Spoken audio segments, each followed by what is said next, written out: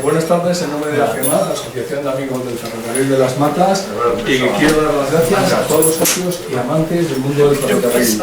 Hoy nos hemos reunido en este furgón blindado para escuchar la tercera conferencia de este semestre. Recordaros que el próximo jueves, que es 16 de octubre, será la última conferencia que nos vendrá a dar José Manuel Mesa, y nos hablará de Hidalgo cruzó el charco, para que no se os olvide si os interesa.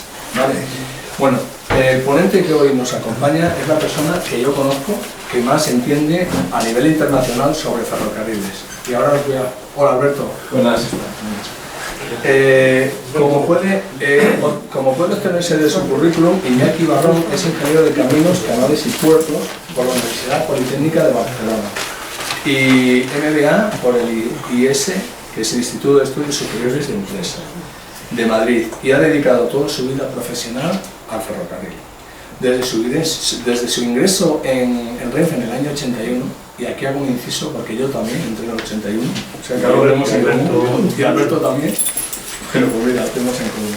Ha desempeñado cargos técnicos, entre otros, 6 años como gerente de grandes terminales en Madrid, Chamartín y Atocha. En esta última estación participó en la puesta en funcionamiento de la primera línea de alta velocidad, que si no me equivoco se inauguró en el 92, pero seguro que en el 91 estabas trabajando en noviembre del 91, seguro. Posteriormente y durante más de 20 años representó a los ferrocarriles españoles en la UIC, que como sabéis es la Unión Internacional de Ferrocarriles, donde durante 10 años fue director del Departamento de Viajeros. Entre 2013 y 2015, Iñaki, por encargo del Ministerio Español de Fomento, presidió la comisión encargada de redactar un exhaustivo informe sobre el estado del ferrocarril ferroviario español, y fue vicepresidente de la comisión asesora de dicho ministerio. Desde su retiro por edad en diciembre de 2021, ejerce como profesor invitado en diversas universidades, además de como consultor asesor internacional independiente de ferrocarriles. En mayo del 23 es nombrado presidente de la CIAF. CIAF es la Comisión de Investigación de Accidentes Ferroviarios, y fue el sucesor del anterior ponente que tuvimos el jueves pasado, que era Fernando Montes. Entonces, en mayo de 2000... y ahora, permitidme que os cuente 2 anécdotas que sé de él. Una la sabrá seguro y la otra no lo sé. La primera es que hay quien dice que ha sido engendrado en un coche cama. Supongo que por su dedicación y experiencia en el mundo del ferrocarril. Y la segunda, que me la ha contado alguien que está aquí presente, pero se dice el pecado, pero no el pecador, es que se quedó sorprendido cuando viajó en un tren de alta velocidad en China, puso el teléfono en vertical, encima de una mesa, y el teléfono no se movió en todo el viaje, en todo el recorrido del viaje. Alguien me lo ha contado eso. En todo el recorrido no, porque a veces van a hacer alguna foto, pero luego y se mantenía, ¿no? Y sin más preámbulos, hoy tenemos entre nosotros a un experto en el mundo del ferrocarril, norteamericano, europeo, también ruso, por supuesto, y en el tema que hoy nos trae a esta conferencia, que es la alta velocidad en China. Sin más, démosle un fuerte aplauso.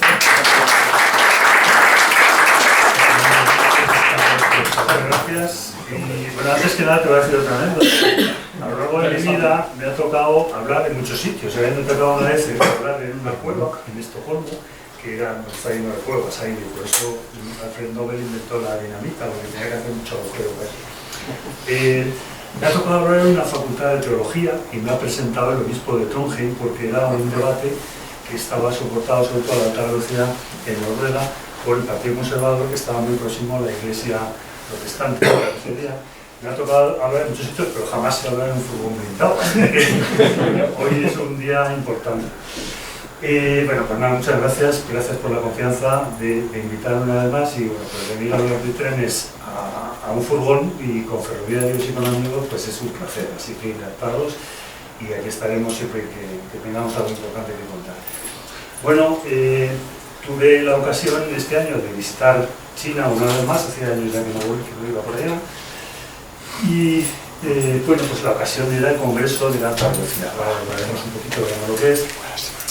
Y bueno, pues eso me permitió descubrir que ya otra vez más de primera mano, porque yo viví los inicios de la alta velocidad, los preinicios, justo antes de que empezara, y la verdad es que tuve ocasión desde la OIC de colaborar y de hacer buenos amigos en China relacionados con la alta velocidad, así que bueno, pues me invitaron al congreso y fui. Entonces os voy a contar pues lo que vi y lo que...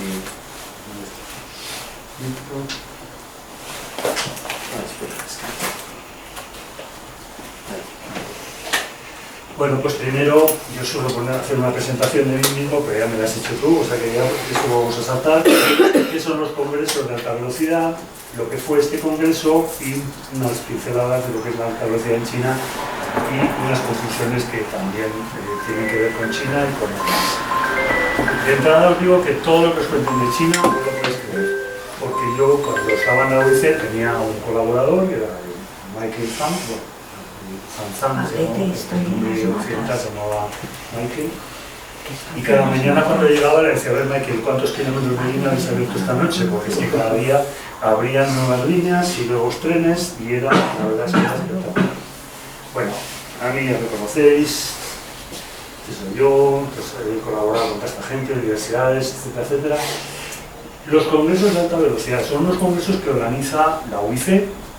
El primer congreso no era de alta velocidad, el primer congreso fue Eurail Container o algo así se llamaba, que estaba yo en aquella época en el GIDE y fuimos a Bruselas y lo organizaba la OIC, pues de alguna manera para sintetizar, para reunir de manera más o menos beneficiosa pues a todas las personas y entidades que tuvieran que ver, en aquel caso con el Eurocontainer. Esto debió ser en el año 88 o por ahí. En vista del éxito que tuvo este congreso, pues se decidieron a organizar algo parecido de alta velocidad y se llamaba Eurail Speed. Entonces lo organiza la OIC y reúne pues, a una serie de actores de la alta velocidad. Al principio eran solo europeos y también venía algún japonés, puesto que también estaban bastante relacionados con la OIC. Entonces se convoca pues, a todo el vecino, a ministros, empezando por las más altas jerarquías de cada país, que tienen una alta velocidad o proyectos de tener alta velocidad, pues pasando por actores, ingenieros, fabricantes, universidades, en fin, todo el que tenga algo que ver con la alta velocidad, pues está pues, más que invitado, convocado a este tipo de congresos. Se discuten, se comentan las cuestiones de actualidad y luego es muy interesante para difundir las novedades del sector, a ver el último grito de la alta velocidad en el mundo. Actualmente el último grito, pero puedes imaginar que pasa por China, hasta el punto de que en este congreso pues, ha habido mucha gente que ha dicho: ¿para qué vamos a ir si a los chinos no les vamos a vender nada? Si los chinos no saben si van a ser receptivos con cosas que les vamos a contar nosotros, cosa que no es verdad, que sí que lo son. Pero bueno, lo cierto es que se ha seguido la tradición. Se suelen firmar acuerdos de colaboración. Por ejemplo, se firmó el acuerdo, uno de ellos es más interesante, de hacer un sistema de alta velocidad chino en Laos. En este caso fue un negocio más que tenían los chinos. Esta es la lista de los 12 congresos de alta velocidad. En 92 se fue primero en Bruselas, luego en Lille, Berlín, etc. Y luego, a partir de Ámsterdam, se cambió el nombre, y ahí he tenido yo algo que ver con eso también. Bueno, yo, Bruselas y Berlín me los perdí, pero Bruselas y Lille, y desde Berlín hasta casi Ankara, pues los he organizado yo. Entonces, desde el punto de vista de la OIC, lo organiza más gente, pero he tenido que ver con estos congresos. Entonces, en Milán ya decidimos, Madrid os acordaréis que hicimos en el año 2002, que pusimos incluso una exposición de trenes, en fin, fue una cosa bastante interesante, vino el rey. Y en Milán ya decidimos que íbamos a cambiarle el nombre porque tenía ya un aire más mundial. Entonces cambiamos el nombre y yo me empeñé en llamarle WCHSR. Entonces los franceses no querían, pero decía WCHSR, quiere decir bate fuera de servicio. Entonces, oficialmente se llama UIC High Speed. Es un nombre menos sexy, pero bueno, pues se le reconoce por esto. Hicimos uno en Pekín en el año 2010, La primera línea de alta velocidad en China se inauguró en 2008 y apenas acababan de empezar con la alta velocidad. Hicieron un congreso. La verdad es que este ha sido muy parecido, pero el primero de Pekín fue espectacular, porque en la tribuna de presidencia de la ceremonia de inauguración pues había unas 300 personas, todos los miembros del partido, hacían un montaje de esos al estilo chino, y en el otro lado pues había unas 3.000 personas, o sea que aquello era realmente espectacular. Bueno, yo me fui de la OIC cuando estábamos a medio organizar el de Ankara. De hecho lo teníamos previsto para el 17, que es cuando yo me fui de la OIC, pero se tuvo que posponer por diversas razones. Luego se organizó el de Marrakech y hace un año y medio pues, me llamaron los chinos, me dijeron, no, vente por aquí, por China, que hace mucho que no vienes y tal, y querían sonsacar, y de hecho sonsacaron truquillos de la organización desde el otro lado del espejo, que la organización siempre se hace la OIC con algún miembro local de la OIC, en este caso los ferrocarriles chinos. Entonces, bueno, pues yo le di una serie de directrices, pero agradecieron mucho, me dijeron que estaba invitado y bueno, pues ahí fuimos. Bueno, pues aquí tenéis un poco lo que ha sido el desarrollo de todos esos congresos. Parece ser que el 13 no está oficialmente confirmado, puede que sea en Abu Dhabi o en algún país de Oriente Medio. Entonces, el 12º Congreso Mundial pues tuvo lugar en China. Siempre hay un logo especial para este congreso, siempre tiene los colores de la OIC, que son los verde y azul, y en esta ocasión pues también hay dos ferroviarios chinos, hay unos pandas que son un poco emblemáticos. El eslogan era innovación y desarrollo para una vida mejor, siempre hay un eslogan en el congreso. Y se organizan con un comité de honor que suele ser el presidente de la OIC, el presidente de los ferrocarriles del país correspondiente, etc. Hay un comité de organización en el cual pues, hay un departamento, una sección dedicada a la comunicación, la página web, etc. Algunas veces es un organizador profesional de congresos, no siempre, en este caso lo han hecho los propios chinos, que tienen recursos para todo. La Academia China de Ciencias Ferroviarias pues, organiza este tipo de eventos. Bueno, este congreso hay que decir que se iba a organizar en el año 20, se tuvo que posponer por la pandemia. Para el año 20 habían construido un edificio para hacer el congreso, o sea que entonces este edificio le han dado otro uso y, como veréis luego, también lo visitamos. Por primera vez ha tenido lugar en dos sedes. Este es donde estuvimos la primera vez, que es la sede oficial, es el Centro Nacional de Congresos de Pekín, que está al lado del Estadio Olímpico, del Anillo Olímpico. Es una especie de artefacto inmenso, o sea que aquí te puedes hacer unos recorridos gigantescos. La parte de congresos está en este lado y la parte de exposición está en el otro lado. Ahora veremos en qué consiste. Pero los chinos querían también aprovechar el edificio que habían construido hace 4 años o 5 años para organizar el congreso en el año 20. Es el Centro Nacional de Investigación y de Pruebas Ferroviarias, que lo tienen en las afueras de Pekín, cerca del aeropuerto, de uno de los aeropuertos, ¿no? Este es un aspecto de la ceremonia inaugural. Aquí veis que había 2.500, aproximadamente 2.000 personas en total, y los invitados estaban aquí. En el congreso anterior, la tribuna tenía, pues como hacen en todas las ceremonias de todos los del Partido Comunista de China, ponen aquí una tribuna y aquí hay pues 300 personas. Entonces, bueno, en aquella ocasión a mí me tocó ponerme en una esquina y empezar a presentar cosas. Y bueno, pues es una experiencia ver semejante cantidad de gente, pantallas. Esto era una pantalla única, inmensa, o sea, que tenía un despliegue tecnológico realmente espectacular. Normalmente el Congreso siempre tiene una ceremonia inaugural, donde vienen las máximas autoridades posibles del país. Suele haber unas mesas redondas, unas sesiones paralelas que son técnicas, y luego la ceremonia de clausura. Y luego, pues en paralelo, siempre suele haber una exposición de stands, que en realidad una exposición de stands es para compensar económicamente el costo de la organización del Congreso, porque los stands hay que pagar por poner el stand y todo. Bueno, pues eso es una forma de recaudar dinero.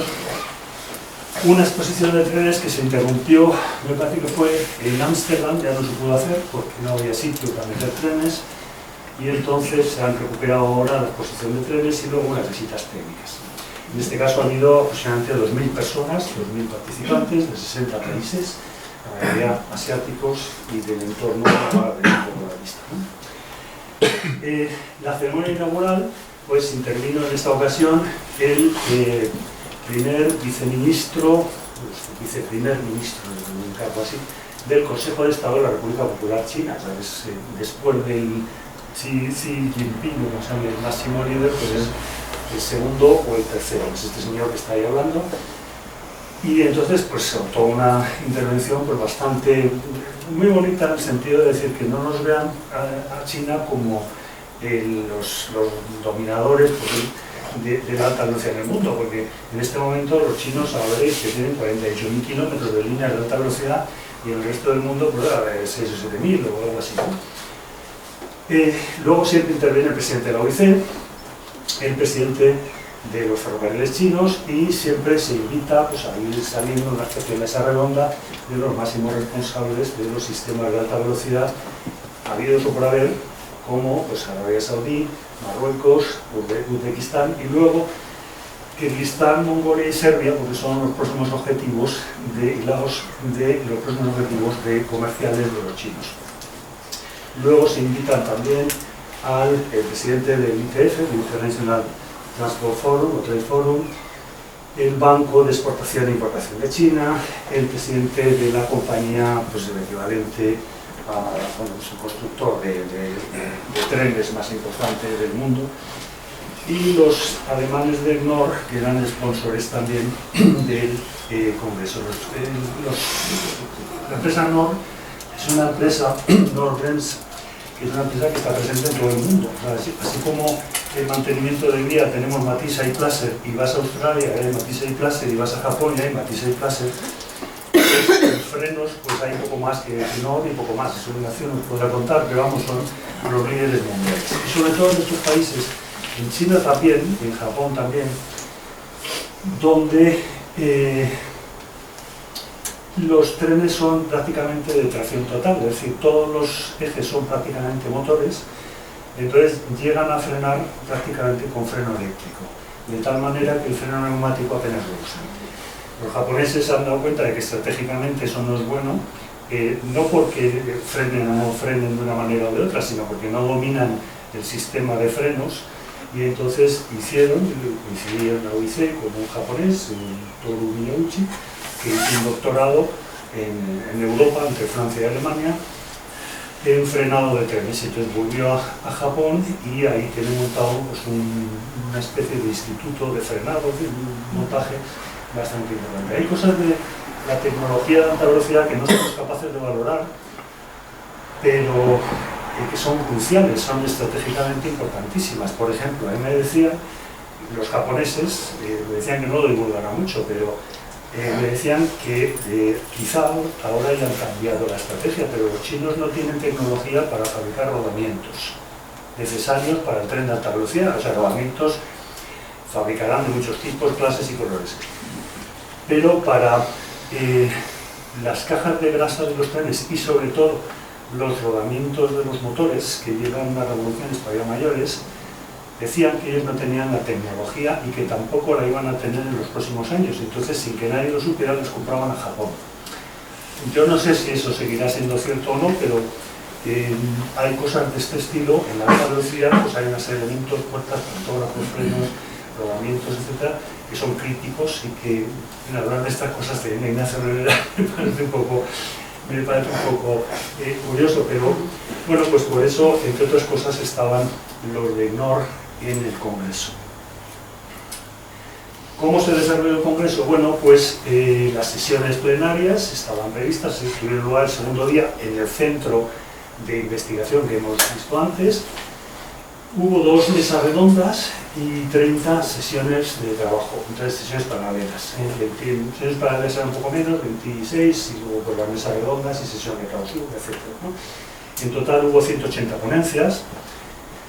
El comité científico, y eso lo que es eso también, que tienes que ver todas las ponencias, mirarlas, analizarlas, valorarlas y ver quién viene y quién no, porque claro, tampoco puede dejar fuera a según qué personas o según qué empresas.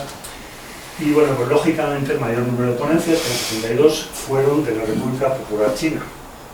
Una sorpresa de este congreso ha sido que los chinos hablan inglés, cosa, no todos naturalmente, pero a nivel técnico, incluso ingenieros de un cierto nivel hacían su presentación en inglés y se manejaban bastante bien y respondían preguntas. Era una cosa que a nosotros, a mí personalmente, yo lo comentaba también hace poco con algún colega, que es sorprendente. Personas que hemos visto, que yo conozco desde hace 15 años, que hemos trabajado con ellos, que no tenían ni papa, venían siempre con el intérprete, o disimulaban muy bien entonces, o han aprendido de una manera espectacular. Ahí se manejaban, podías hablar con un conocido juego a OSI, que conocéis también, pues con este yo puedo hablar en inglés, cosa que hace 10 años pues era imposible, ¿no? El resto de, bueno, el ferrocarril es todo lo que tiene que ver con ferrocarril, la empresa de ferrocarriles, la industria, científicos, profesores de algunas universidades, de otras no, tienen sus historias internas, entonces no todo el mundo es amigo de todo el mundo. Italia fue el país extranjero que más ponencias presentó, 26.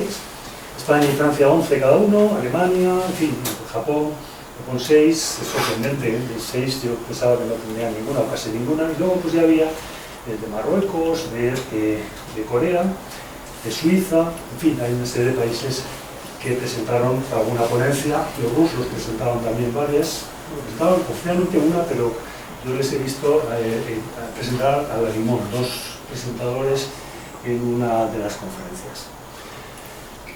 El contenido de las, bueno, pues las presentaciones, pues hay de todo, pues ahí se hablaba, estaba estructurado en distintas secciones, como siempre, ¿no? En infraestructura, materia rodante, aspectos económicos, gestión, en fin, hay diferentes estaciones. Los chinos tienen unas estaciones de alta velocidad realmente espectaculares, luego veréis alguna de ellas. Curiosamente se habló poco de el maglev y todo lo que es suspensión magnética, incluso, bueno, pues por supuesto el hiperloop y todas esas cosas. Sin embargo, presentaron ahí un prototipo que lo tienen y siguen investigando y presentaron como si no pasara nada, pero realmente no hubo ninguna ponencia que yo recuerde dedicada al magnético. También tienen desarrollado un magnético de cercanías, que lo veréis. Bueno, y en general, bueno, pues las mesas redondas fueron bastante activas. Las mesas redondas siempre suelen ser más políticas, siempre suelen ser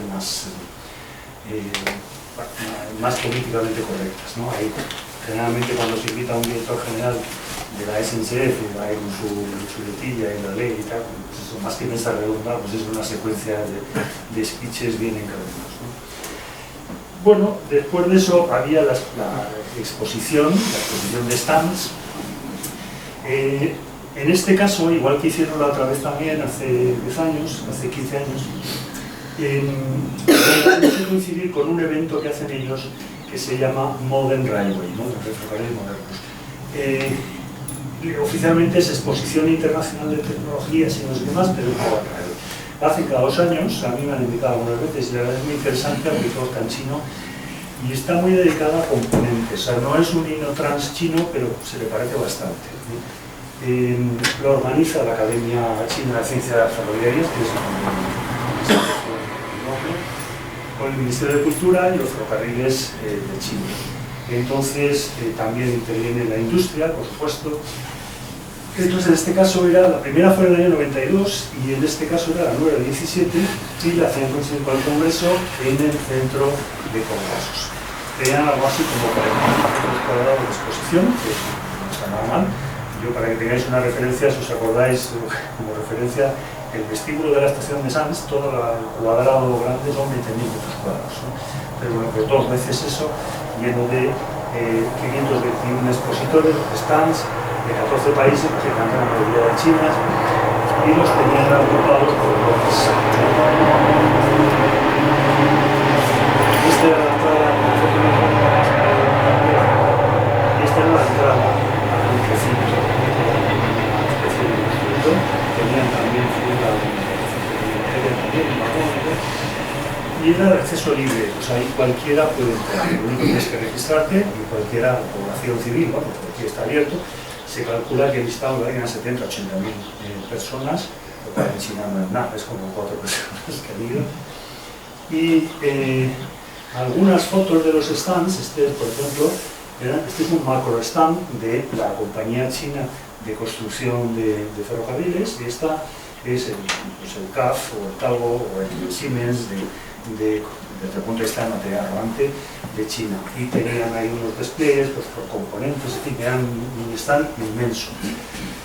Y bueno, yo recuerdo que una vez me invitaron a visitar una fábrica, donde una de las 2 fábricas principales, que se llama Tanchang, o algo así, que está cerca de a 200 kilómetros de Pekín, y solamente la parte dedicada a fabricación de trenes de alta velocidad eran 200 hectáreas, eso sí que sois capaces de ver, 200 campos de fútbol, son con calles, con pabellones, absolutamente impecables, una cosa realmente espectacular. Por ello que todo lo que os cuenten de China lo podéis creer, porque es muy difícil que exageren, porque no se puede exagerar más de lo que es la realidad.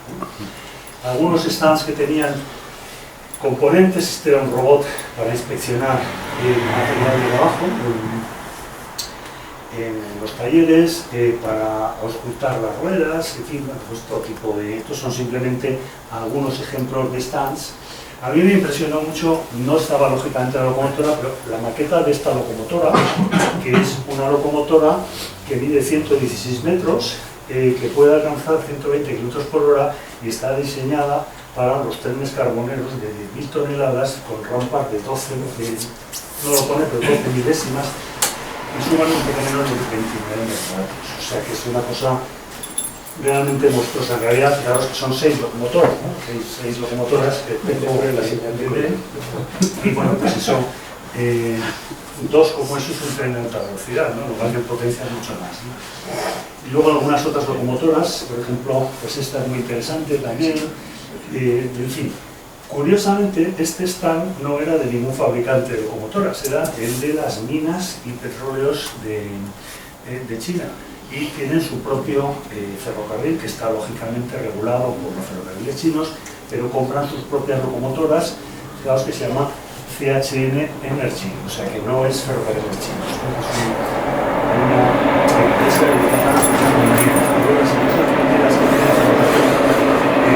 realmente consideran el ferrocarril, por ejemplo, Vale, o Río 12 o así, o la Victoria Minas o el grupo de ferrocarril en Sudáfrica. Para nosotros el ferrocarril es el centro de nuestras vidas, pero para ellos el ferrocarril pues es lo que les sirve para sacar el mineral, que es de donde sacan el dinero. Hasta el punto de que un día me dijo un colega que para ellos el ferrocarril es como si tú tienes un edificio y tienes un ascensor. O sea, aquí el ascensor te importa un rábano, si es de tecnología no sé qué, si lleva pistores o si las ruedas tienen no sé qué. Tú quieres que aprietes un botón, te suba a la planta 14 y dejas de historias y que no sabe ir, ¿no? Pues esto también, o sea, ellos, los ferrocarriles que tienen en explotación, las empresas mineras o petroleras, pues no se andan con contemplaciones, lo que quieren es que el tren funcione, y en este caso, pues yo no sé, me gustaría ver físicamente esta locomotora, pero bueno, realmente tiene que ser algo espectacular.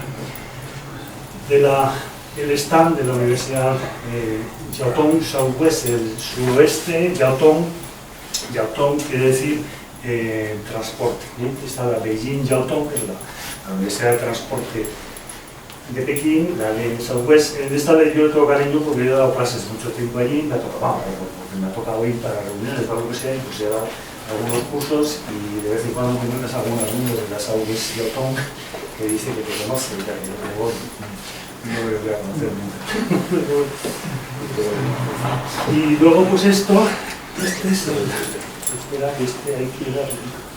Esto, bueno, este es un robot que tenían ahí, que simplemente, bueno, ahí estaban haciendo sitio porque todavía no se había inaugurado la exposición, entonces yo iba con un amigo Ogosi, que me coló ahí, estuvimos viendo la preparación, y estaban preparando una exhibición del perro este mecánico.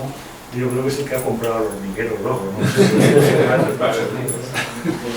Y la verdad es que no supieron explicarme muy bien para qué lo querían utilizar, pues bueno, a lo mejor era para vigilancia, pero bueno, tenían también otros otros robots y otro tipo de... Le han dado mucha importancia, como veréis, a la robótica. Y luego la penúltima parte era la exposición de trenes, que en esta ocasión la han recuperado y que la hicieron en el centro nacional de test ferroviarios, que está en las afueras de Pekín. En sus orígenes ya tenía uno de los anillos que construyeron los rusos en el año soviéticos, ayudaban mucho a los chinos en los años 50 y 60. Yo cuando era pequeño pedíamos dinero para limosna para los chinitos, que pasaban mucho hambre. Y es verdad que era una importante.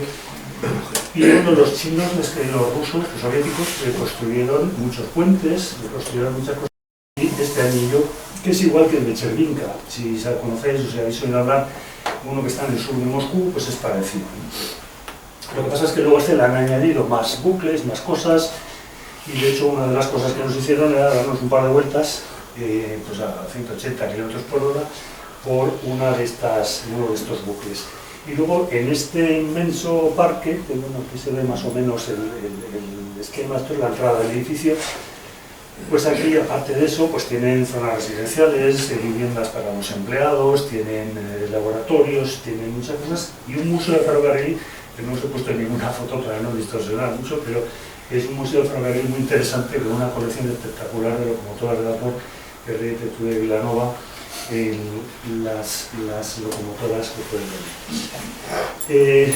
Bueno, en este momento las pruebas máximas, la velocidad máxima en pruebas es de 200 y además tienen toda una batería, este lado por aquí, de laboratorios que también ya podíamos tener en otros sitios, en Europa en particular. Ahora veremos alguno de ellos. Y no solamente tienen laboratorios, sino que cada laboratorio tiene una dotación de 30 o 40 ingenieros, con un director técnico, con un montón de empleados, en fin, que son sitios donde realmente se investiga. Esto es una foto, bueno, es una maqueta un poco más seria, esta es la parte, digamos, intelectual. Luego aquí tienen la parte residencial, tiene una pequeña especie de universidad, tiene un complejo realmente importante. Entonces ahí montaron, bueno, este es uno de los laboratorios que no se pueden hacer fotos, de hecho esta foto y la siguiente, esta foto la he sacado de internet, de la página que tienen el Test Center, ahí no se ve nada, pero por ejemplo esta me parece que es la que donde prueban los pantógrafos y ahí me sorprendió porque claro, para hacer una simulación de la captación de corriente de un pantógrafo a alta velocidad, lo que vas a tener es un cable y hacer un recorrido, claro, entonces lo que tienes es el hilo de contacto es un círculo de unos 6 metros aproximadamente que da vueltas a alta velocidad y el pantógrafo está fijo y va rozando. Bueno, eso lo cuento porque lo mismo, pero eso se ve pero no se toca, o sea que eso no te dejan hacer fotos. En cambio esta sí que pude hacer una foto, pero esta es la última visita que había hecho antes a Pekín. Entonces iba yo solo y me dejaron, bueno, pues ahí podía hacer la foto que quisiera, estaban todavía en fase de pruebas, o sea, probando el aparato. Es un aparato que hicieron en Alemania y según me contó uno que sabe más o menos de estas cosas, este aparatejo, pues así solo puede costar 80 millones de euros de inversión, luego hay que saber manejarlo. Es un simulador de cargas dinámicas, tienen aquí, pues puedes cargar todo lo que quieras en un eje y ahí te simulan pues prácticamente cualquier situación durante todo el tiempo que quieras. Luego os pasaré la presentación también, ¿no? O sea, que si queréis también, y además con fotos y PowerPoint todavía siempre lo de todo a disposición.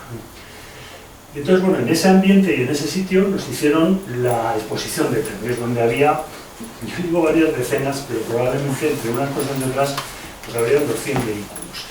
Lo que pasa es que, claro, lo más espectacular pues eran una docena de trenes de alta velocidad, enteritos, luego había locomotoras, había de todas las revistas.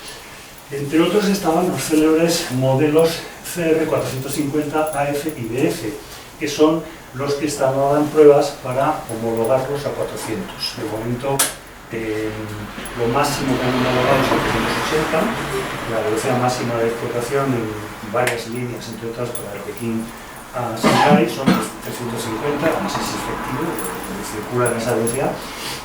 Quieren subir en esta en concreto, quieren subir la velocidad a 380, de hecho la línea está diseñada para 380, y el siguiente paso es 400 en velocidad con viajeros, o sea, en velocidad máxima de explotación con viajeros.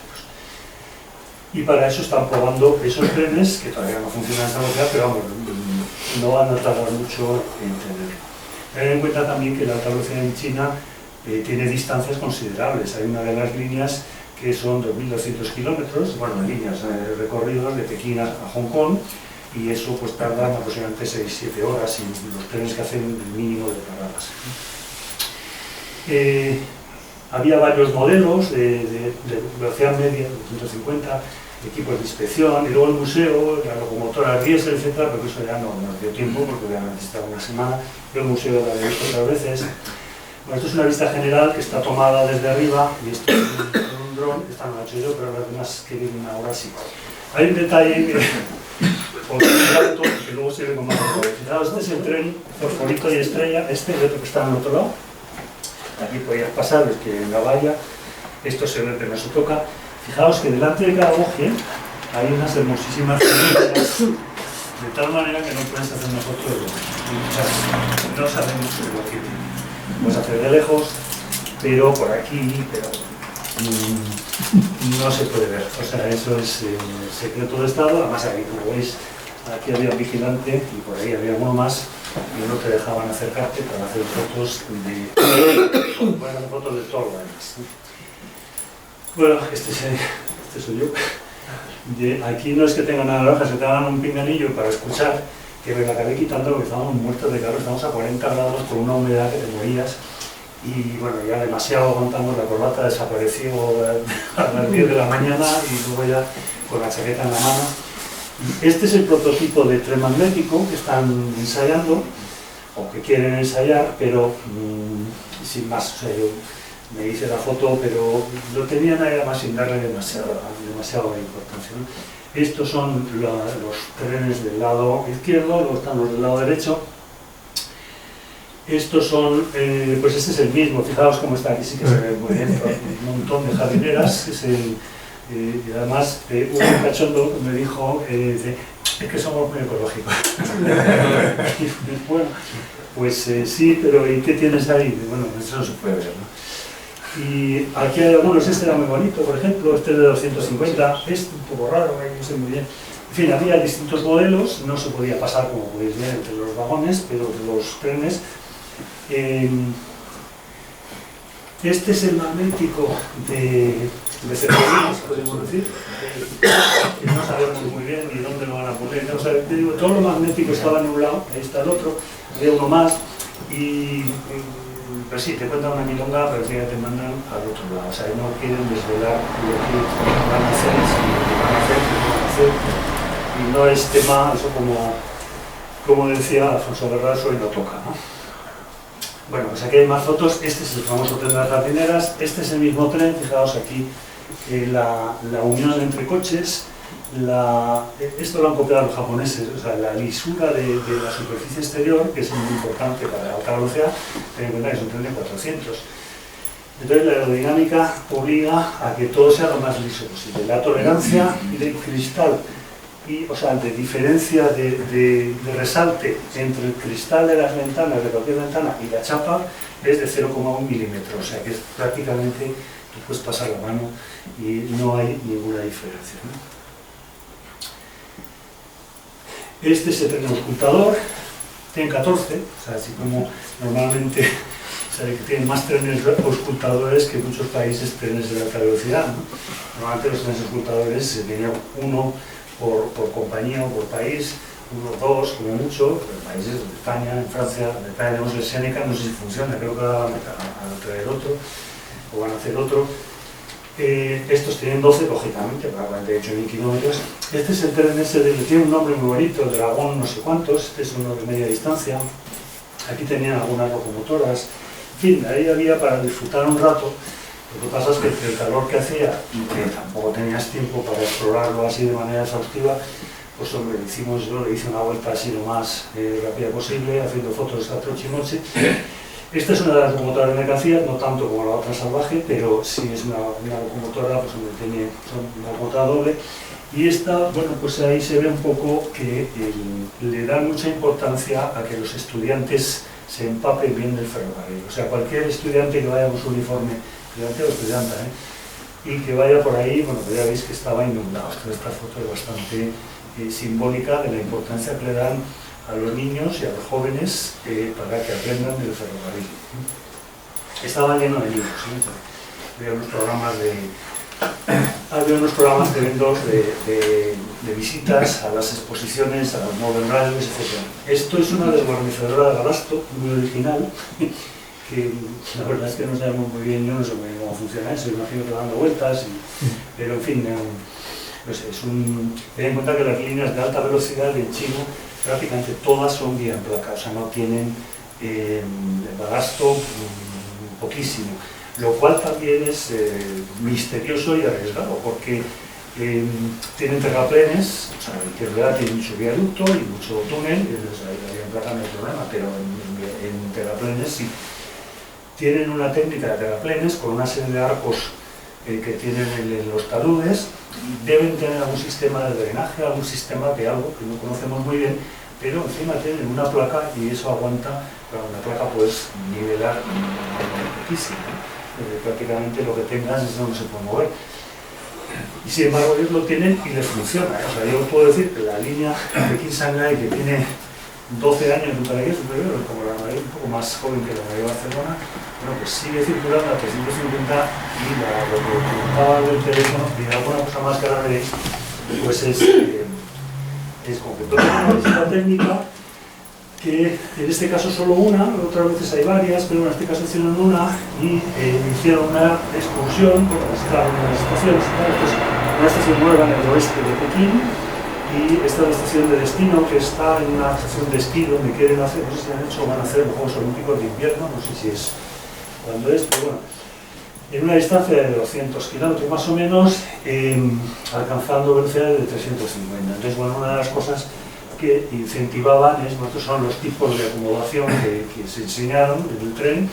Bueno, esto es la super primera, que se llama un coche, que es exagerado, eso se pone prácticamente en horizontales, como la primera clase de los aviones, y luego esta es la primera y esta es la segunda, ¿no? Pero la primera es un 2+2 muy cómodo, la verdad es que muy amplio, muy cómodo, y este es el de turista, que son 3+2. Bueno, ahí todos los viajes no van así, pero bueno, en las visitas técnicas para gente de fuera, pues sí, les tratan bastante bien.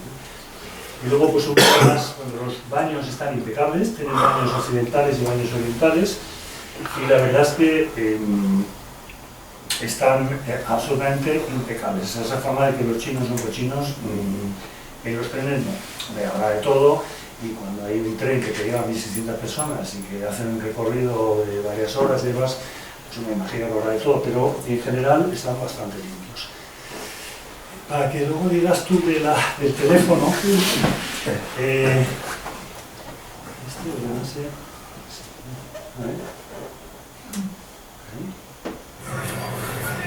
este tren está yendo a 350 km/h. Entonces la moneda la tenías ahí, el vaso de agua no se ve, el vaso de agua, la prueba en realidad es llenarlo hasta arriba y que la tensión superficial y ver cómo se ve. Pero yo creo que es bastante representativo de lo que es la prueba de la moneda. Yo con el teléfono, pues también tiene su mérito. Bueno, pues esto, durante el viaje que yo hice, que ahora os contaré brevemente, pues durante 1.400 kilómetros, pues así.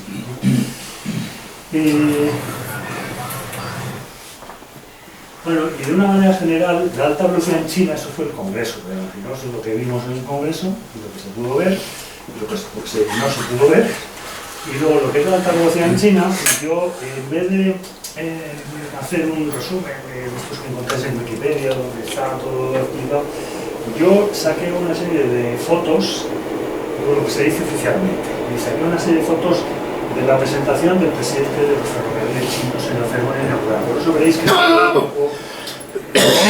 de las pantallas gigantes y luego iba a sacar las fotos, luego les he hecho ahí un pequeño bricolaje. Bueno, los datos principales, la red de alta velocidad, 48.000 kilómetros tienen ahora, quieren llegar a 70.000 en el año 30-32, no estaba muy claro, pero vamos, quieren continuar porque quieren cubrir todo el país con líneas de alta velocidad. es aproximadamente el 70, yo creo que más, de la red mundial. Algunos ejemplos de líneas, y yo he seleccionado, pues yo me puso varias.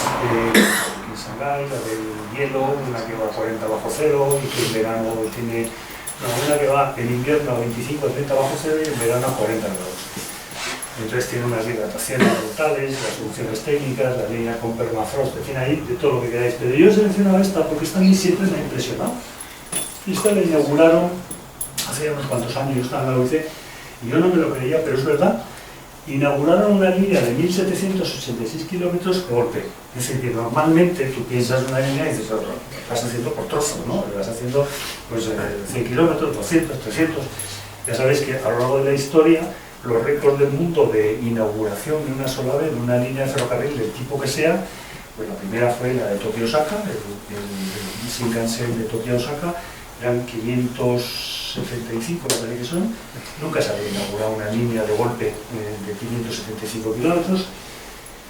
Luego hicieron la de Pekín a Shanghái, que son 1400 algo, casi Madrid-París, pero es que esta 1786, o sea, es un día, de verdad, que han hecho pruebas, han hecho homologaciones, han informado a los maquinistas, han hecho no sé qué, han distribuido los mantenimiento y han dado tensión por partes, pero un día de mañana empieza y empezar por una línea de 250 km por hora, de 1786 kilómetros, a mí me sigue impresionando, tío.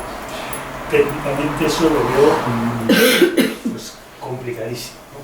Luego hay algunas líneas, bueno, esta nos quitó el récord del mundo de velocidad en altitud. Es decir, hasta que se inauguró esta línea, la línea de alta velocidad a mayor altitud del mundo era la Madrid-Barcelona cuando pasa por Alcolea, que son 1200 y algo metros. O sea, en ningún otro lado del mundo hasta entonces había trenes más altos, y desde luego a mayor altitud, pero no a 300 kilómetros por hora. Bueno, pues esto ya a 3600 metros, ya pues cualquier cosa que puedan decir, pues que está inaugurado en 2014, pero lo siguen recordando ellos, o sea que ellos también lo deben valorar. Esta es la que se presentó, la línea que fue el origen de la visita técnica, y esta es, bueno, pues la de los esquiadores a 350. En el 2022, los Juegos Olímpicos tuvieron lugar en el 22. Bueno, desde el punto de vista tecnológico, el hombre hizo un resumen de todo lo que es más importante, de lo que ellos han valorado y valoran desde el punto de vista de los trenes de alta velocidad. O sea, el mantenimiento, la energía, en fin, hay una serie de elementos que ellos consideran fundamentales. Entonces, todo lo que es desarrollo tecnológico, las EMUs son las Electric Multiple Unit, en inglés una EMU es una unidad, es una unidad múltiple de alta velocidad. Bueno, pues todo lo que sea tecnología siempre le han dado una importancia y, como veis, pues la innovación tecnológica parece fundamental. En este momento, prácticamente todos los trenes que hacen les llaman Fuxing trenes, donde tienen, bueno, pues 350 km por hora en distintas redes, en distintas líneas, y bueno, pues ahí tienen todo un despliegue de material volante. La innovación tecnológica, que era en cuanto a construcción e ingeniería, es que parece que hace un mes aproximadamente han inaugurado uno de los puentes más grandes del mundo atirantados. A mí personalmente los puentes atirantados no me hacen más, a mí me gustan puentes colgantes, o sea, con dos cables que cuelgan y tal, pero el atirantado hay que reconocer que tiene un mérito. Bueno, pues estos señores han hecho un puente que tiene, si no recuerdo mal, 2 pisos. El piso de arriba es para carreteras, tienen 4 carriles por sentido, el de abajo tiene más carretera y 4 líneas de ferrocarril. Y la distancia entre pilas son 1200 metros, o sea, es aproximadamente el Golden Gate, o sea, es prácticamente una longitud para ser un puente atirantado. El puente atirantado, ya sabéis que la diferencia es que, como su nombre indica, tienes tirantes que van desde la parte alta de la columna, pues van a los distintos tramos del tablero, mientras que un puente colgante tú tienes la catenaria, la parábola que tienes ahí de cable, y de ahí vas extendiendo. Entonces, normalmente el récord del mundo, normalmente los puentes colgantes tienen mayor longitud de vano que los puentes atirantados. Actualmente el récord son 2000 y pico metros, está bien, de puente colgante, y este pues ha batido todos los récords de puente atirantado. Y de altura de torres, esas torres tienen 350 metros de altura sobre el nivel del mar. O sea que, bueno, este es uno de los ejemplos de la ingeniería civil que ellos tienen. Y bueno, pues tienen ahí presentaron una serie de ejemplos de construcción civil, son realmente fuertes y son realmente buenos en ingeniería civil, y además, como tienen medios y tienen financiación y tienen gente y tienen lo que haga falta, bueno, pues ahí van, ¿no? En Control System también ellos tienen el CTCS3, que es el equivalente al RTMS, al ETCS, mejor dicho, nivel 2. Tienen 4 niveles. O sea, ellos inventaron el CTCS, que es el China Train Control System, que es el equivalente al ETCS, pero en versión china. Hay 4 niveles. El nivel 0, que viene a ser más o menos como el 0, y el 1 viene a ser como el 1 nuestro. El 3 es como el 2 nuestro, y luego el 4 no lo tiene muy desarrollado, y viene a ser el 3 de TCS, que como sabéis tampoco está muy bien. Entonces, bueno, pues ellos están basados sobre todo en el nivel 3, y lo que no dicen es el sistema de comunicaciones. Sabéis que el talón de Aquiles del sistema RTMS y TCS, entonces lo que veáis, pues es el GSM. Ellos oficialmente utilizan GSM, no sé cuál de ellos, porque el GSM no es precisamente chino, pero sí tienen un sistema que le llaman LTC, no me acuerdo cómo se llama, que es diferente para transmisión de datos. Eso ya no sé muy bien, pero no han sido muy explícitos en ese tipo de explicaciones. Lo único que sabemos es que, ¿os acordáis que hubo un accidente de un tren que cayó por un viaducto, que no fue alta velocidad, porque realmente pues, se había cortado la electricidad, el tren se había parado, lo que le había investigado por detrás, el golpe fue a 60-70 km/h, que no está nada mal. Bueno, pues a raíz de ese accidente, el presidente o director general de la compañía que fabrica la señalización pues se suicidó. No sabemos si se suicidó, lo suicidaron, pero bueno, algo de eso. La innovación tecnológica, bueno, pues va en todos los sentidos. Estamos preocupados, como luego veréis, en todo lo que es desarrollo tecnológico, desarrollo futuro, que realmente es en la chicha de todo. Los centros de control, pues aquí tenemos un centro centralizado para la coordinancia. Y luego, este no lo hemos podido ver yo, fíjate que yo a veces a China he ido casi me he emborrachado con los chinos, pues he estado haciendo de todo, nos hemos metido por todos lados, y ese centro, no este, el profesor este, pues no lo he conseguido ver, pues siempre me lo prometen para el próximo viaje, y bueno, pues algún día espero verlo. Y bueno, pues la tecnología de la operación, etcétera, bueno, pues tienen ahí un montón de... Bueno, esto es interesante. Tiene un sistema de venta de billetes, que no es verdad, porque los billetes no existen, no hay billete. O sea, el billete está tan desmaterializado que ya no es ni siquiera nada. Simplemente tú te identificas con tu pasaporte y el sistema ya sabe que has pagado un billete y que tienes esta plaza reservada. Bueno, el sistema que tienen, el SID, se llama el SIRE, ¿no? Es el español sería, no sé si sigue llamándose SIRE, gestiona 26 millones de billetes al día. O sea, es un sistema, bueno, puede gestionar 26, generalmente tiene 16 millones de viajes al día, de viajeros, o sea que imaginaros, las cifras son realmente espectaculares, ¿no? Es una, pues es otra escala, es otra dimensión. Luego, la seguridad para ellos es muy importante. El único problema es que cuando tienen un fallo de seguridad no lo sabemos. O sea, pero es verdad que sí que insisten mucho en la seguridad y le dan mucha importancia a todo lo que es seguridad. Y luego el intercambio internacional, que esta es la tercera parte del discurso del director general, que nos contó pues, que están en cooperación con 40 países y que están dispuestos a colaborar con quien quiera, claro, con quien quiera saber de lo que es el futuro de la alta velocidad. Antiguamente se iba a China a venderles cosas y ahora vas a China a comprarles cosas. O bien medios a por ejemplo, este es uno de los de los ejemplos, la línea de Yakarta-Bandung, que se ha inaugurado el año pasado, se llama WOS, es muy curioso porque es muy cacofónico, es muy onomatopéyico, ¿no? Que simula el ruido del tren, y eso son las iniciales del tren. Pues no sé, el indonesio tiene una explicación, que es el tren fantástico que no se retrasa nunca y que no sé qué más, ¿no? Y bueno, pues este es uno de las primeras exportaciones puras que han hecho de un tren de alta velocidad, un sistema de alta velocidad en Indonesia.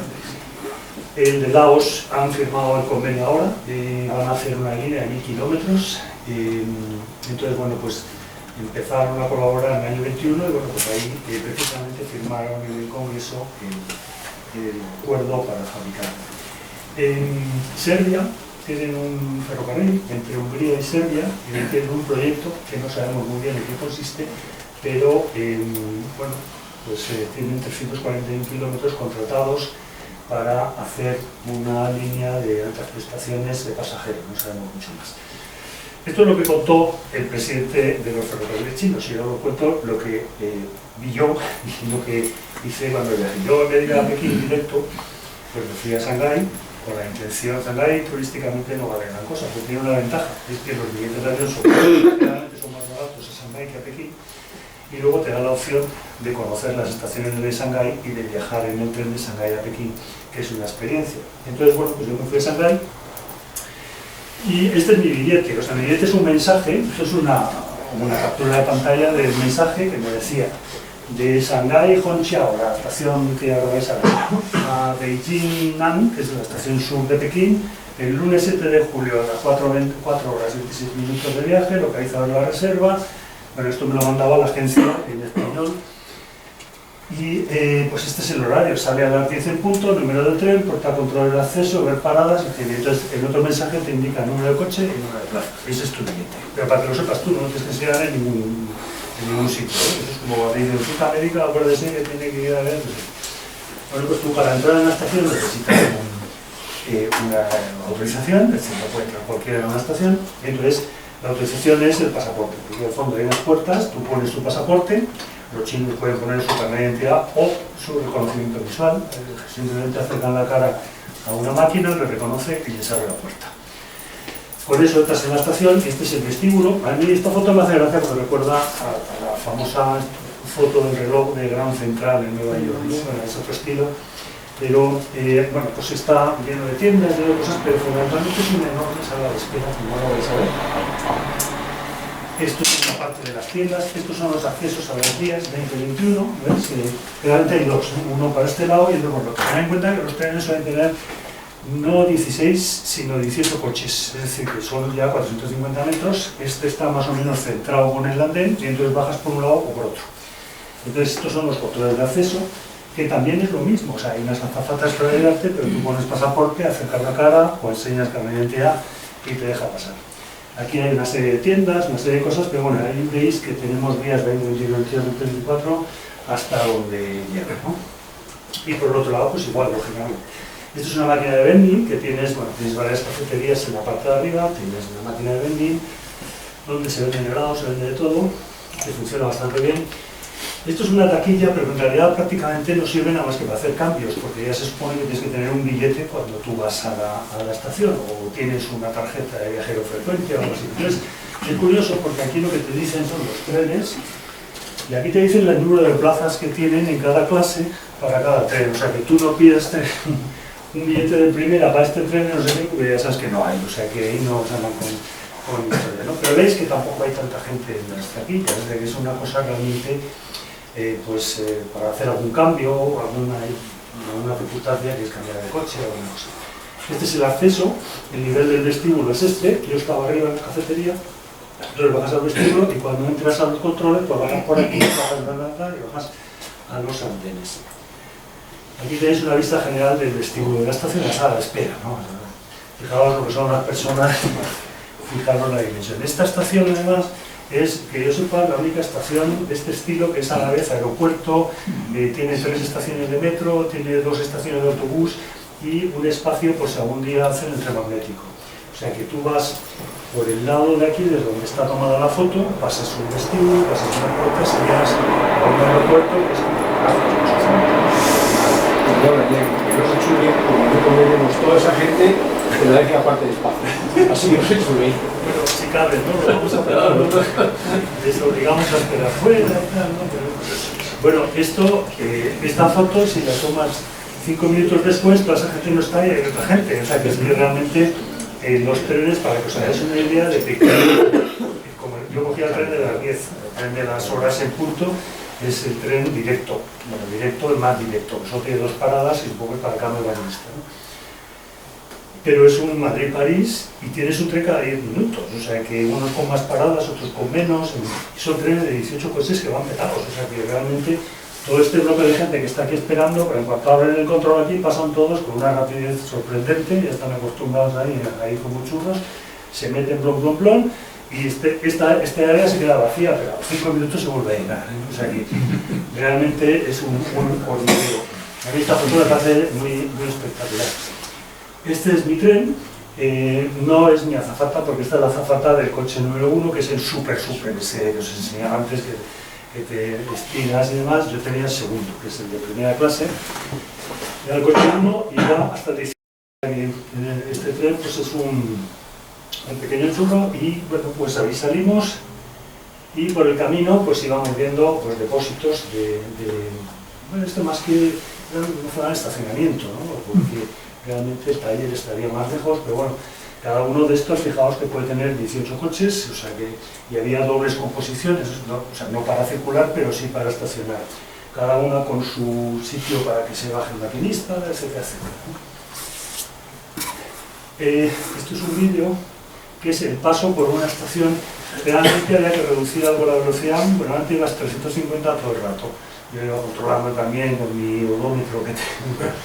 Y el paso por algunas estaciones era a 200, entre 200 y 230. En este caso yo creo que íbamos como a 200, ¿no? Entonces, bueno, pues nos acercamos, vamos a otra pestaña, y fijaos que hay varios trenes en la estación, aquí se nos cruza otro, no sé si se cruza o estaba parando o qué, pero justo nada más salir de la estación, pues aquí tenemos otro tren, y justo termina ese tren y hay otro tren, o sea que es solo de alta velocidad. Después esta línea viene otro tren, es decir, que es un conjunto, además son trenes que no son precisamente unidades de coches, ¿no? Bueno, pues así vas todo el rato hasta, luego ya vuelve a acelerar hasta 350, por supuesto con la moneda o vaso de agua, teléfono, que no se caen, y así, bueno, pues un Madrid-París en 4 horas y 25 minutos. Esta es una de las estaciones que tenía parada, yo creo que el Chinán es aproximadamente un tercio. Este es el maquinista que nos había, deduje yo que era el maquinista que nos había traído desde la estación anterior hasta esta.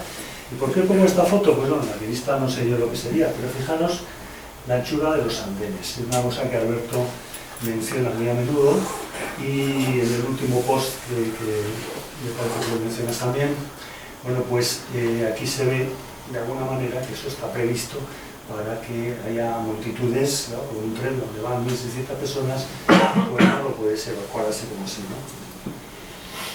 Cuando te vas acercando en algunos sitios ves el barrio de la estación. El barrio de la estación, en algunas líneas, las estaciones suelen estar deliberadamente en las afueras de la ciudad. Esto es un poco como el ferrocarril del siglo XIX, que hacían una estación donde se podía, que llegaba hasta donde llegaba y luego la ciudad lo iba absorbiendo.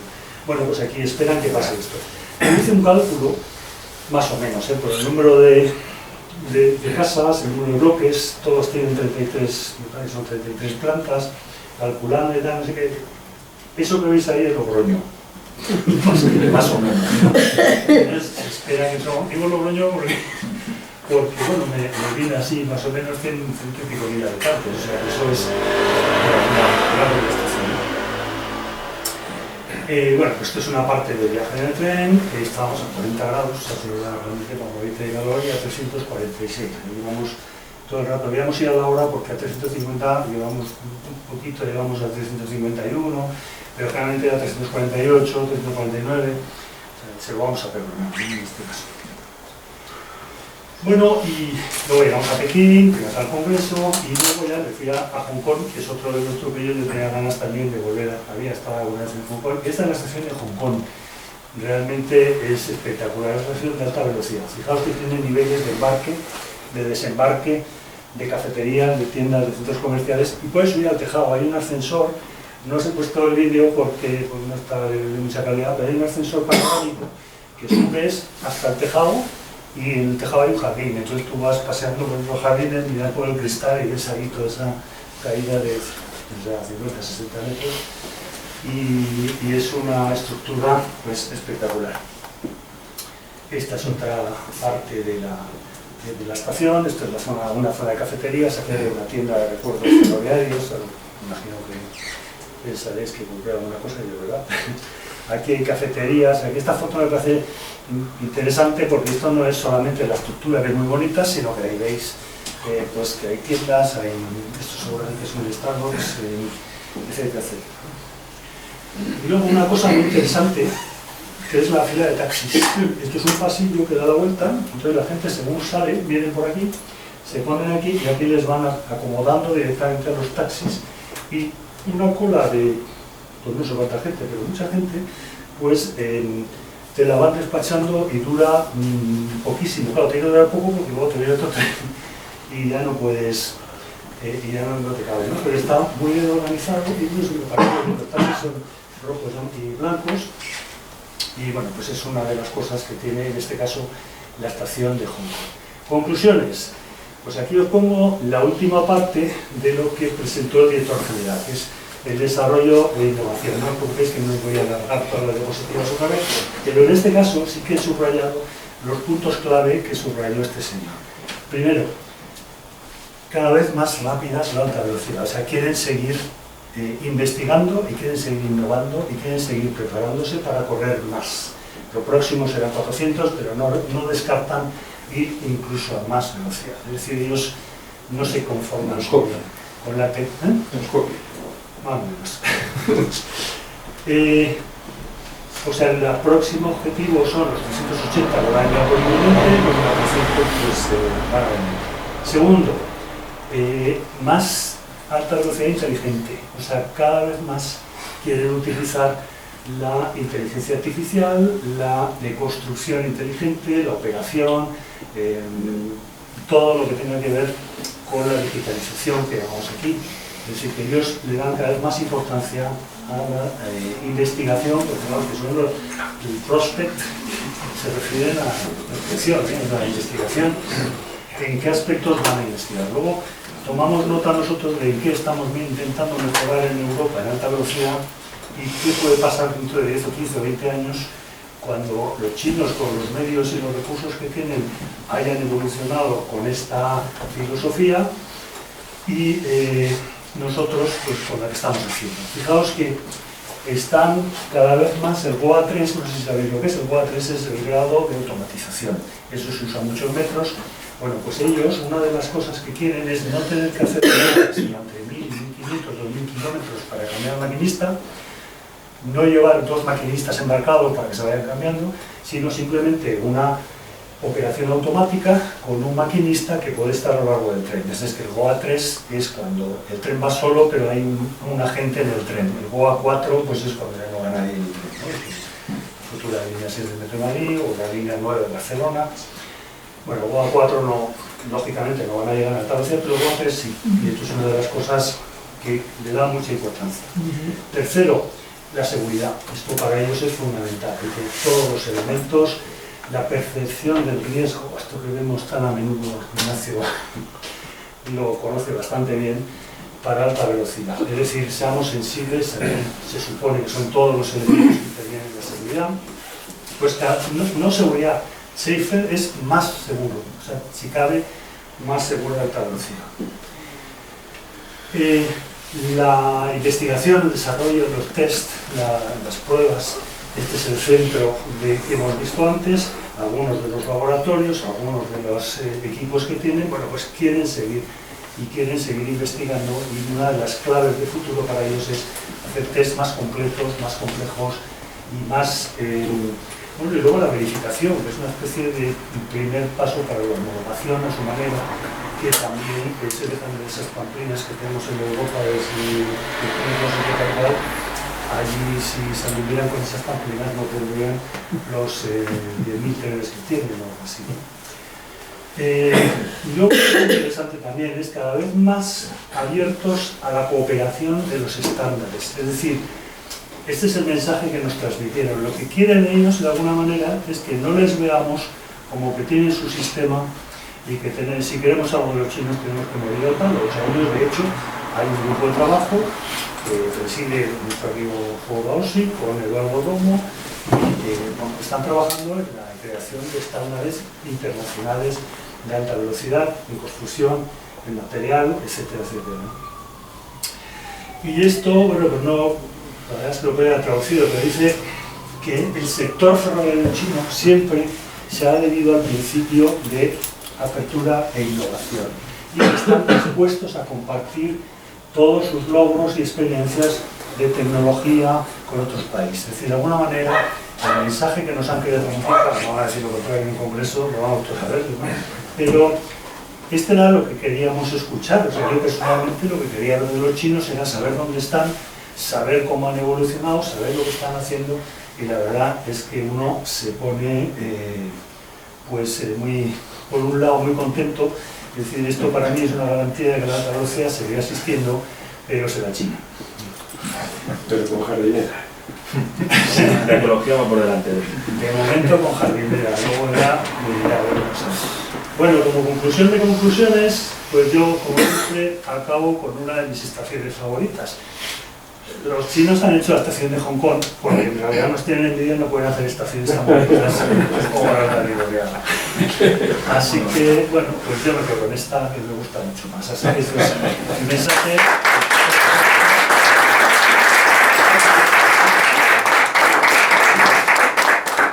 Bueno, y si queréis comentar algo, ¿tenéis alguna pregunta, comentario?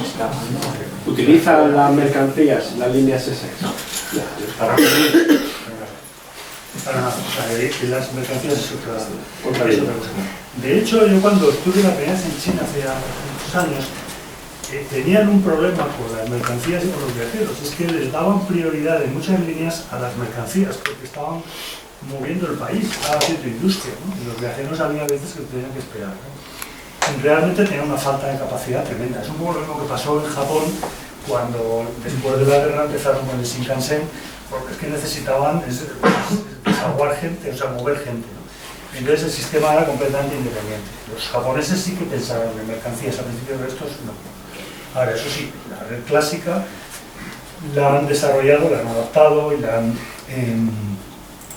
han equipado para viajeros convencionales también, ¿eh? No creéis que todo es alta velocidad, pero en gran parte para mercancías. Tienen algunas líneas dedicadas exclusivamente a mercancías.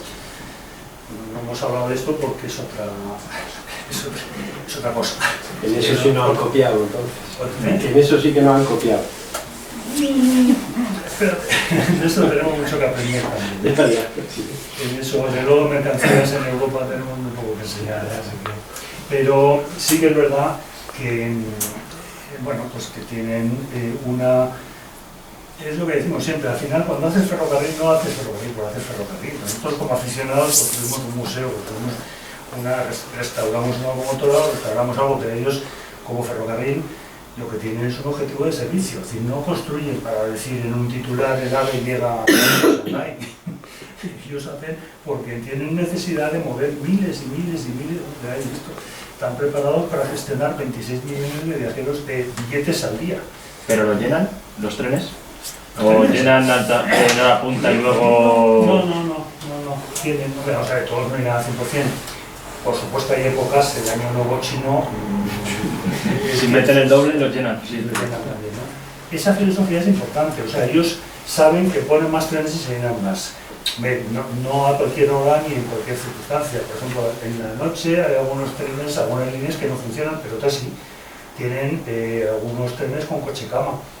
Es decir, incluso para viajes de día. O sea, en la cultura china, en los viajes largos, igual que pasa en Rusia, pues es normal que tengas una especie de litera o departamentos privados donde puedas estar muchas horas tú solo pagando, ¿no? Al principio hubo mucha polémica porque, por ejemplo, el primer sistema de servicio de alta velocidad de China, que fue en 2008, entre Pekín y Tianjin, que son 120 kilómetros, era una cosa, pues, para ellos era experimental, eso fue cuando los Juegos Olímpicos.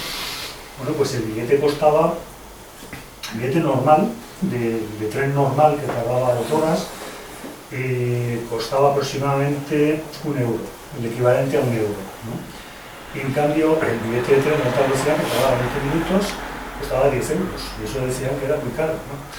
Luego tienen también la intrahistoria, tienen también su cocina interna donde tienen cómo se financia eso. Esto no es como pensamos que los romanos hacían muchos puentes y muchas cosas, pero en total les salía gratis lo que coño, lo hacían, tenían sus cuentas, tenían sus ingenieros, tenían su financiación y tenían muchas cosas que hoy día pues ha quedado la piedra, pero todo eso existía. Bueno, pues esto es igual. Estos tienen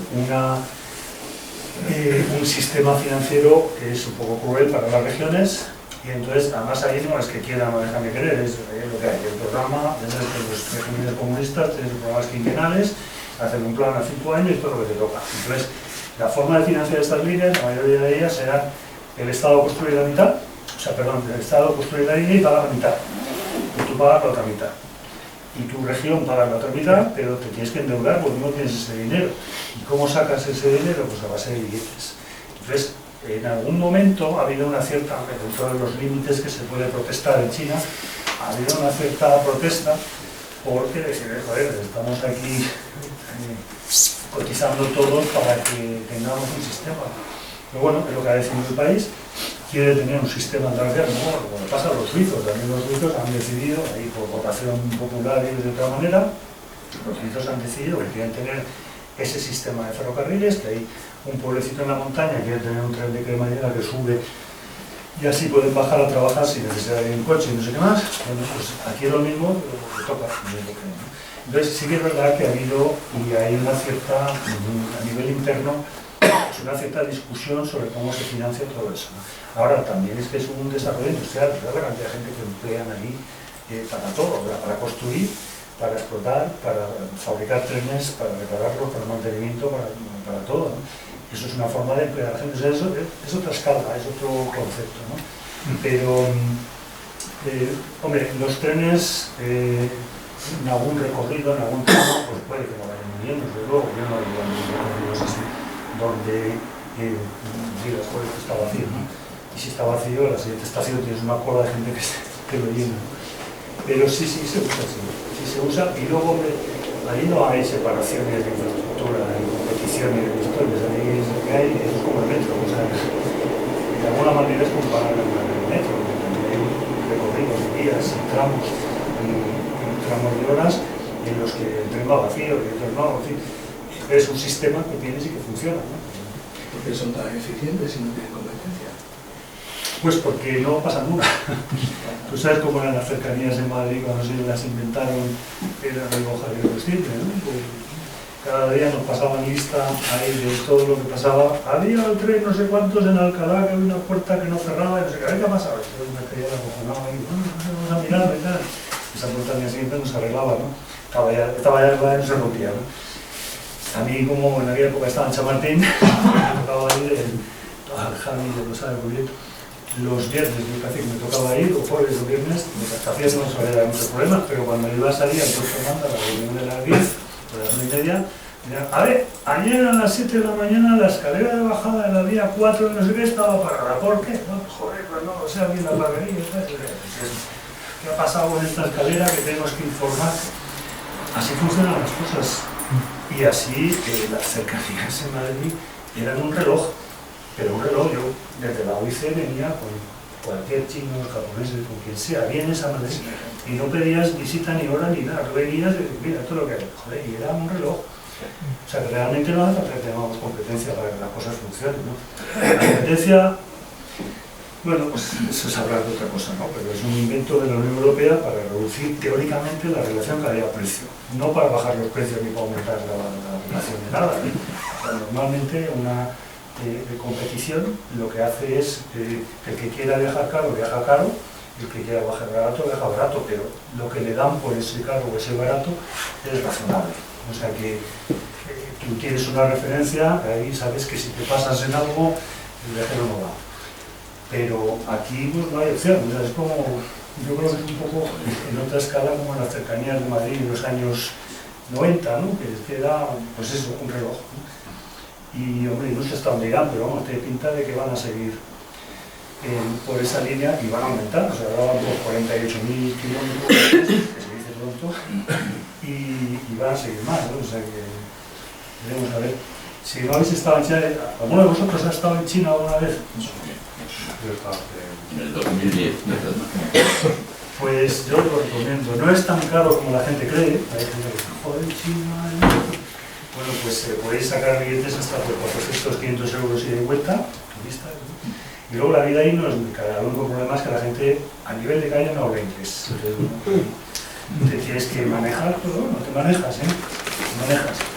Pero vale la pena, ¿eh? Y no solo por los trenes, sino por casi todo. Ah, eso sí, que sepas que te van a controlar, ¿eh? O sea, tú ves, yo creo que en ningún sitio del mundo hay tantas cámaras de vigilancia de todo. O sea, hasta las cámaras que vigilan los aparcamientos en las calles de Pekín, tienes cámaras por todos los lados donde te dicen, bueno, se supone que controlan que no pases del tiempo y no sé qué más, en realidad están apuntando a la acera, ¿eh? Y están viendo a quién pasa. O sea, realmente es un poco el concepto del gran hermano, ¿no? Que cualquier cosa que hagas, si no haces ninguna maldad, te da igual. O sea, yo personalmente, que vean que me está paseando no sé quién, por Pekín, vestido de verde o de manga corta, manga larga, me da igual. Si matas a alguien, te van a pillar. Pero, bueno. En algún documental que ha llegado aquí a España, hablan como una especie de burbuja inmobiliaria en China. ¿Puede ser que también haya una burbuja de alta velocidad en China? No, yo no creo. Yo no creo. Hombre, claro, la burbuja puede ser social, puede ser de todo, ¿no? No sabemos hasta dónde va a llegar.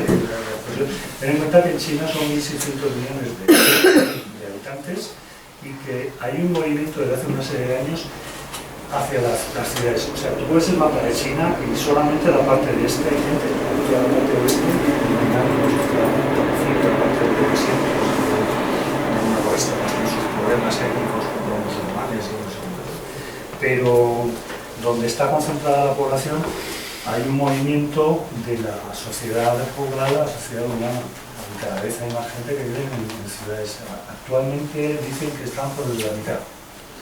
O sea, la mitad de la población china tiende a vivir en ciudades.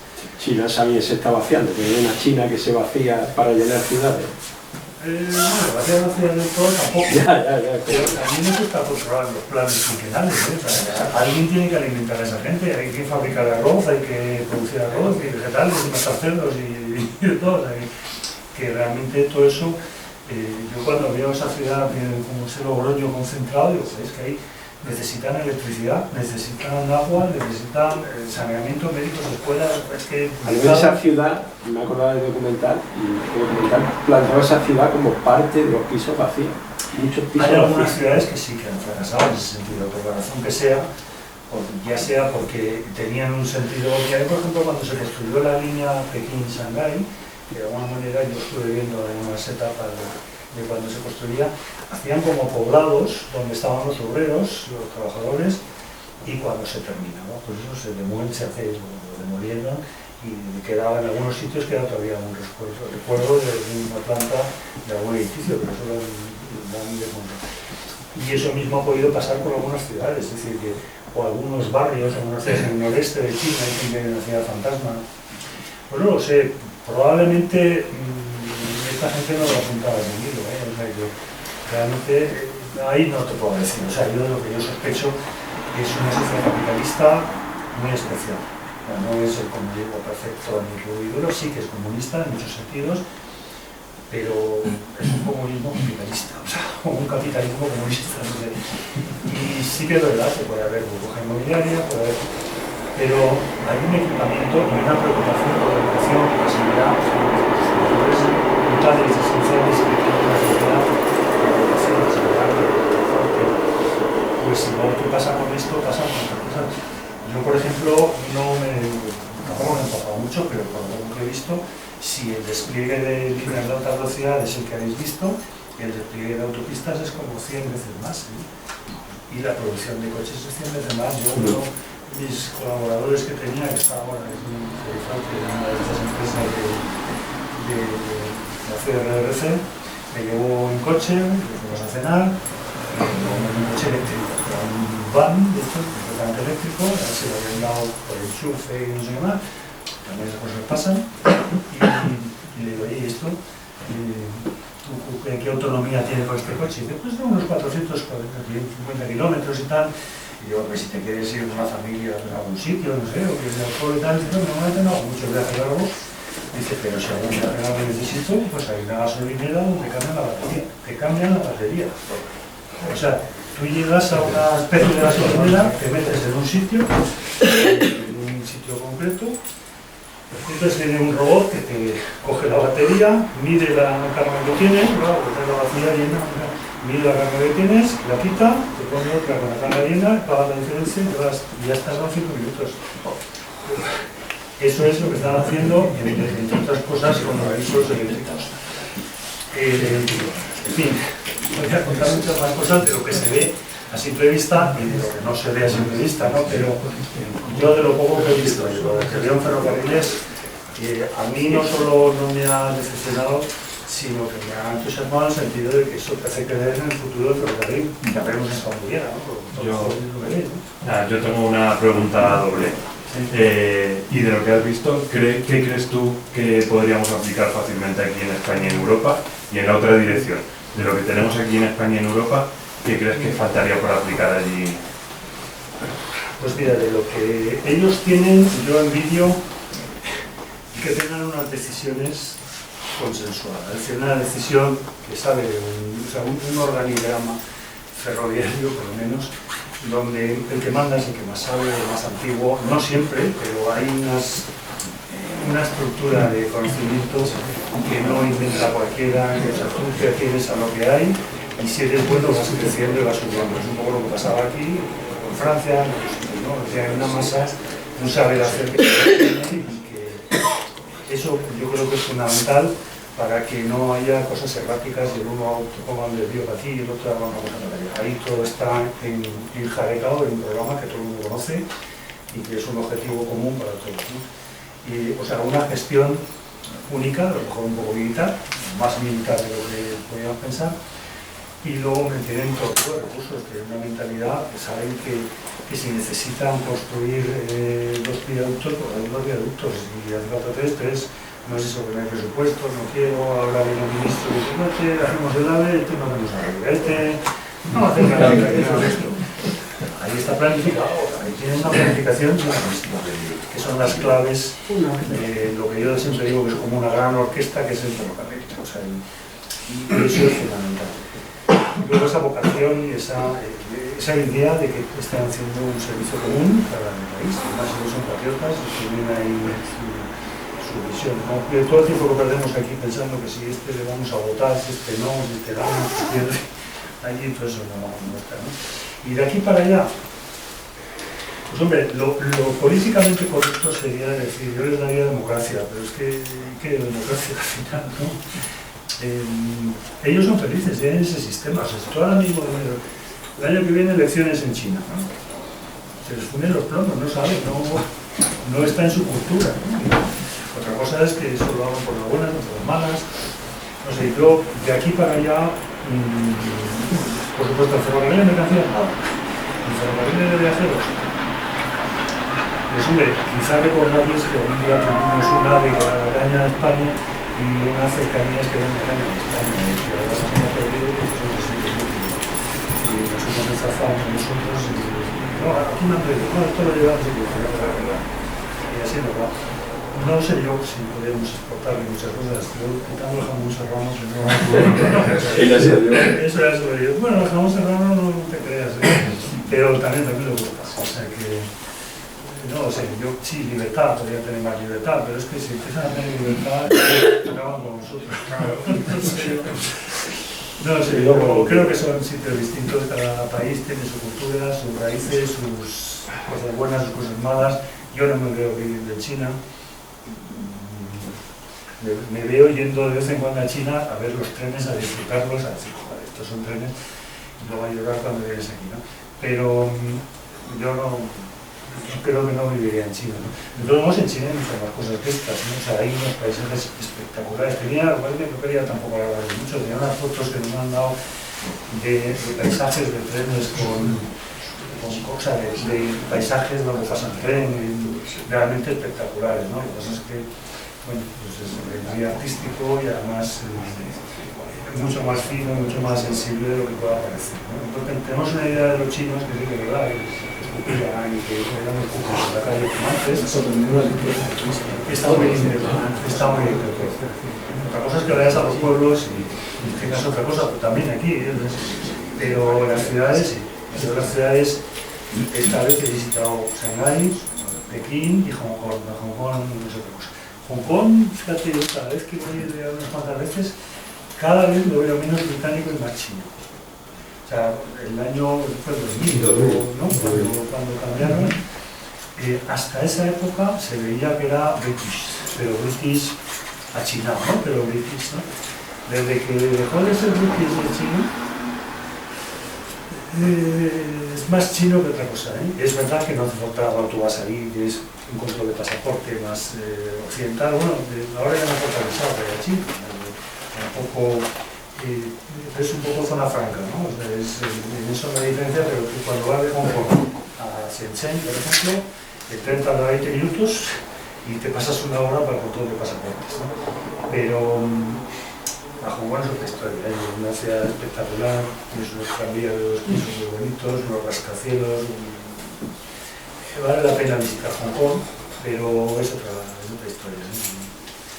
Yo os recomiendo, si no lo tenéis pensado, haceros una escapada a Japón también, pero Japón es otra cosa, China, y además la historia y las cosas, la cocina, sí, la cocina china es sumamente espectacular, es buenísima. No, tú cuando vas ahí, lo que la cocina china que estamos comiendo aquí, o yo no sé si mejor fuera de China, no tiene nada que ver, pasa con la cocina española, ¿no? Tú vas fuera de España o a comer paella y las cosas no vean. Pero la cocina china realmente es espectacular, es espectacular. Y además no es una, hay varias. En Pekín hay una, en la zona de Chengdu, en Sichuan hay otra cocina que es muy picante, por cierto. El pato nacao de Pekín, ¿no? Eso sí, te lo dan ahí hecho realmente como lo hacen allí, es una delicia, es una auténtica gozada, ¿no? Y hay una cocina que tiene 50 años.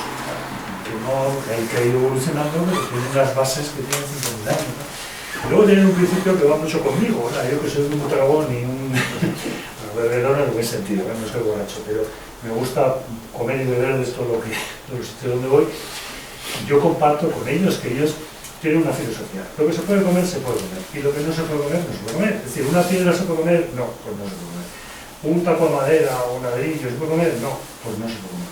Pero un bichejo de no sé qué, con una planta de no sé qué, ¿se puede comer? Sí. Pues lo metemos en una cazuela y lo comemos, ¿sí? Y dices, joder, es que hemos comido cosas muy raras, hemos comido saltamontes, hemos comido... No sé, pero al mismo comemos mejillones y ostras y cosas que son más raros todavía, ¿no? Yo creo que todo es cuestión cultural y la gente vive, ¿no? Por muchos motivos, yo no sé, si estáis interesados, yo creo que vale la pena descubrir luego la cultura. Para ir a China hay que estudiar un poco también de la cultura antigua y reciente. Si vas a la Gran Muralla, no se puede ir en tren. Acaban de inaugurar una estación subterránea de no sé cuántos pisos debajo de la montaña para que puedan ir los turistas en media hora desde Pekín como visita a la Gran Muralla. Y bueno, pues hay cosas que realmente, y luego paisajes, la naturaleza. Yo no tengo mucha ocasión de ir por el monte, pero sí, contaré una última anécdota, porque si no se nos va a olvidar. Sí, todo el tiempo, sí. Y me llevaron una vez de la Universidad de Chengdu, que tiene un campus en el Monte Mei. El Monte Mei es un monte que mide 3.000 metros, y pues debajo de la montaña hay un campus, y cada campus tiene 17.000 alumnos, o algo así, ¿no? O sea, tienen 3 campus, y entonces uno de ellos era el del Monte Mei. Entonces una de las cosas, pues subes al Monte Mei, hay un templo budista, en fin, está a 3.000 metros. Pues es una excursión interesante. Aquí lo típico es hacerse una fotografía en la roca de no sé qué. Pues una roca así, entonces tú llegas, te pones así, haces la foto así. El día que yo estuve, pues había una niebla que no se veía ni para jurar, ¿no? Entonces, encima de la montaña pues estaba despejado, había un sol estupendo, pero yo me acerqué a la roca y era como si tuvieras el mar ahí, o sea, no se veía nada, ¿no? Me hice la foto y cuando bajé al campus y vi la montaña, yo había estado en un sitio donde tenía 1000 metros de caída. Y por eso es famoso hacerse la foto ahí, te pones aquí, te haces la foto, te vas. Si no te caes, pues... bueno, pues yo si para caer ni nada me hice la foto, o no se veía nada, pues... y bueno, pues cosas de esas, pues son las anécdotas de los viajeros, ¿no? Bueno, oye, pues quedamos por finalizado, ¿no? El día que queráis, seguimos, ¿eh?